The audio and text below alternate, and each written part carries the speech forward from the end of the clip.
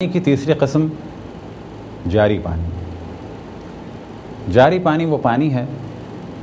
کہ یا وہ نہر کی صورت میں ہو یعنی زمین پر جاری ہو، یا وہ سمندر کی صورت میں ہو، یا وہ کسی نالی کی صورت میں ہو، یعنی ایک نہر سے ایک نالی نکالی جو کھیتوں کی جانب جا رہی ہو، اور یا وہ چشمے کی صورت میں ہو۔ یہ جتنے بھی پانی ہیں ان پانیوں کو کہا جائے گا کہ یہ جاری پانی ہے، اور جاری پانی بھی نجس جب ہوگا کہ جب اس کا رنگ یا بو یا ذائقہ بدلے گا۔ مثال کے طور پہ ایک جانور کو ذبح کیا جائے ایک نہر کے کنارے، تو جتنا حصہ اس کے خون کی وجہ سے سرخ ہو جائے، یا اس کے خون کی وجہ سے اس میں بدبو آ جائے، یا اس کا ذائقہ بدل جائے، تو کہا جائے گا جس حصے کا رنگ، بو یا ذائقہ بدلا وہ حصہ نجس ہے۔ لیکن پانی کے بہاؤ کے بعد جب وہ خون ڈیزولو ہو جائے اور کسی قسم کا کوئی اثر نہ رہے، تو کہا جائے گا کہ یہ حصہ نجس تھا لیکن اب پاک ہو گیا۔ اسی طریقے سے نہر کا مسئلہ ہے، اسی طریقے سے سمندر کا مسئلہ ہے۔ سمندر میں فرض کریں کہ بہت بڑی مقدار میں نجاست کو ڈالا جائے، اور جب وہ نجس پانی ڈالا جائے اور اتنی زیادہ مقدار میں ہو تو کچھ دیر تک ایک خاص حصے میں وہ نجاست رہے گی، اور جس حصے میں وہ نجاست رہے گی کہا جائے گا یہ حصہ نجس ہے۔ کیوں نجس ہے؟ کیونکہ اس کا رنگ، بو یا ذائقہ بدلا ہوا ہے۔ لیکن تدریجاً جب موجوں کے ذریعے سے اور پانی کی گردش کے ذریعے سے یہ پانی ایک جگہ سے دوسری جگہ جائے اور دوسرا پانی آ کے مل جائے، تھوڑی دیر کے بعد ہم دیکھیں گے کہ وہ پانی نارمل ہو گیا، اور جیسے وہ پانی نارمل ہو جائے اور مطلق پانی اسے کہا جا سکے تو کہا جائے گا یہ پانی پاک ہے۔ اسی طریقے سے چشمے کا پانی، البتہ یہ ذہن میں رکھیں کہ چشمہ مختلف سائز کا ہو سکتا ہے، اور یہ بھی ممکن ہے کہ ایک چشمہ ایسا ہو کہ جو فقط سردیوں میں جریان رکھتا ہو، یا یہ کہ ممکن ہے گرمیوں میں وہ بہتا ہو، یا یہ کہ وہ چشمہ ہمیشہ بہتا ہو، کیونکہ بعض چشمے ایسے ہیں کہ جو ہمیشہ بہتے ہیں، بعض چشمے ایسے ہیں کہ جو فقط گرمیوں میں بہتے ہیں، اور بعض چشمے ایسے ہیں جو فقط سردیوں میں بہتے ہیں۔ جس وقت یہ چشمہ بہے گا اس وقت اس چشمے کو کہا جائے گا کہ یہ چشمہ جاری پانی کے حکم میں ہے۔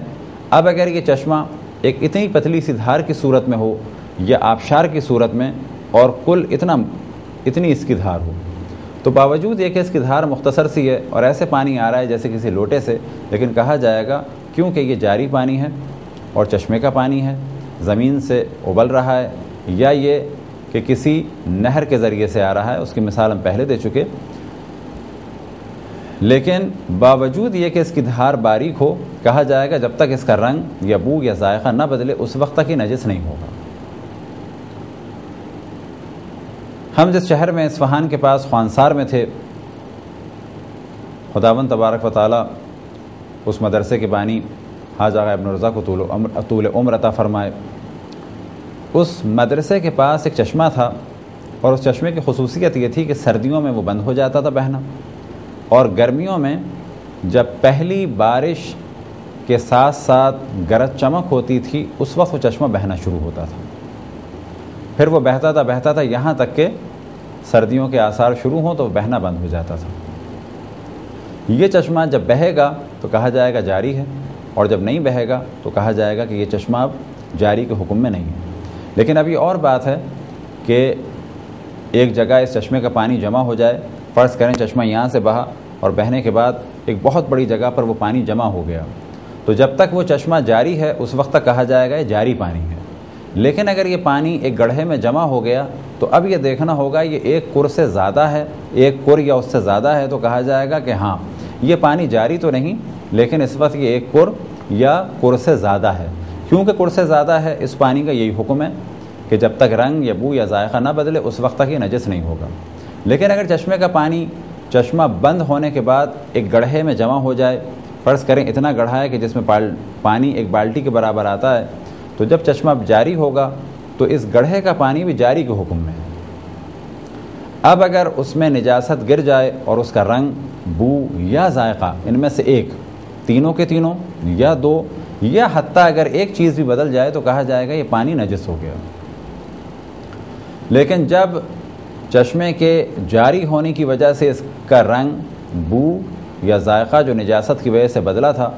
دوبارہ نارمل ہو جائے اور اب اس پانی کو کہا جا سکے کہ یہ آب مطلق ہے، تو کہا جائے گا دوبارہ پاک ہو گیا۔ اسی طریقے سے بعض چشمے ایسے بھی ہوتے ہیں کہ جن میں سے پانی ابلتا نہیں ہے، یعنی بہتا نہیں ہے، بلکہ وہ گڑھے کی صورت میں ہوتے ہیں۔ اگر اس گڑھے سے پانی کو نکال لیا جائے تو وہ چشمہ تھوڑی دیر میں دوبارہ بھر جائے گا، اور اگر نہ نکالا جائے تو اس گڑھے میں ہی پانی رہے گا، بہے گا نہیں۔ اس قسم کے چشمے بھی بعض جگہ پہاڑی علاقوں میں ہوتے ہیں، بعض جگہ بیابانی علاقوں میں بھی ہیں کہ گڑھے میں آپ کو پانی نظر آئے گا، اسے آپ نکال لیں تو دوبارہ بھر جائے گا، اور نہ نکالیں تو وہ ایسا کا ایسا ہی رہے گا، بہے گا نہیں۔ آیا ایسے چشمے کے پانی کو جاری پانی کہا جا سکتا ہے؟ کہا جائے گا ایسے چشمے کے پانی کو جاری پانی کہا جا سکتا ہے۔ وجہ کیا ہے؟ کیونکہ یہ زمین سے ابل رہا ہے۔ یہ اور بات ہے کہ ابل کے بہہ نہیں رہا، لیکن اس کا تعلق زمین کے خاص حصے سے، وہاں سے اس میں جریان ہے۔ اگر ایک چشمہ بہت ہی باریک نالی کی صورت میں بہہ رہا ہو، کیا وہ جاری پانی کے حکم میں ہے؟ کہا جائے گا بالکل جاری پانی کے حکم میں ہے، کیونکہ یہ چشمہ ہے، اور چشمے کی شرط کیا ہے کہ زمین سے ابل رہا ہو، زمین سے اس کا تعلق ہو۔ اسی طریقے سے اگر نہر سے نالی آ رہی ہے، اور یہ چیزیں عام طور پہ شہری زندگی میں ان کا اتنا دخل نہیں ہے، لیکن گاؤں دیہات میں نہروں سے پانی لیا جاتا ہے۔ اسی طریقے سے جہاں پر کھیتی باڑی ہو وہاں پہ نہروں سے پانی لیا جاتا ہے۔ فرض کریں کہ نہر سے پانی لیا اور نہر سے ایک چھوٹی سی نالی کی صورت میں پانی آ رہا ہے۔ اب یہ نالی بعض دفعہ بڑی بھی ہوتی ہے، بعض دفعہ چھوٹی بھی ہوتی ہیں۔ اگر یہ نہر سے متصل ہے تو چاہے وہ 1 انچ کی کیوں نہ ہو، کہا جائے گا کہ یہ پانی جاری پانی ہے، کیونکہ یہ نہر سے آ رہا ہے۔ اب اگر یہ 1 انچ کا چشمہ یا 1 انچ کا نالی کی صورت میں بہتا ہوا پانی ہو کہ جو کسی نہر سے آ رہا ہے، اگر اس میں خون ڈال دیا جائے تو کہا جائے گا اس خون کی وجہ سے اگر اس نالی کا رنگ یا بو یا ذائقہ یا تینوں کے تینوں بدل جائیں تو یہ پانی نجس ہو جائے گا۔ اب جیسے ہی رنگ یا بو یا ذائقہ بدلا یہ نجس ہو گیا۔ اب جب یہ رنگ، بو اور ذائقہ تینوں کی تینوں چیزیں، یا اگر فقط ایک چیز بدلی تھی تو وہ چیز زائل ہو جائے، یعنی ختم ہو جائے اور دوبارہ پانی مطلق ہو جائے، یا یہ کہا جائے کہ جیسا پانی تھا اسی طریقے کا ہو گیا، تو کہا جائے گا یہ پانی نجس ہو گیا تھا، اب پاک ہو گیا۔ لیکن اگر اس باریک سی نالی میں فرض کریں کہ انگلی داخل کی اور یہ انگلی پیشاب سے نجس تھی، جیسے ہی ہم نے انگلی داخل کی آیا پانی نجس ہوگا؟ کہا جائے گا نجس نہیں ہوگا۔ وجہ کیا ہے؟ وجہ یہ ہے کہ جاری پانی ہے۔ لیکن اگر اس نالی کے پانی کو ناپا جائے، یا وہ چشمہ جو ابلتا نہیں ہے اس پانی کا وزن کیا جائے یا اس کا حجم دیکھا جائے، تو ممکن ہے کہا جائے گا کہ ایک بالٹی سے کم ہے، یا یہ کہ 20 کلو سے زیادہ نہیں ہے، یہ نجس کیوں نہیں ہوا؟ تو کہا جائے گا کہ بالٹی کا پانی اگر کڑ سے کم ہے وہ ممکن ہے 30 کلو ہو، لیکن چشمے کا پانی باوجود یہ کہ وہ کڑ سے کم ہے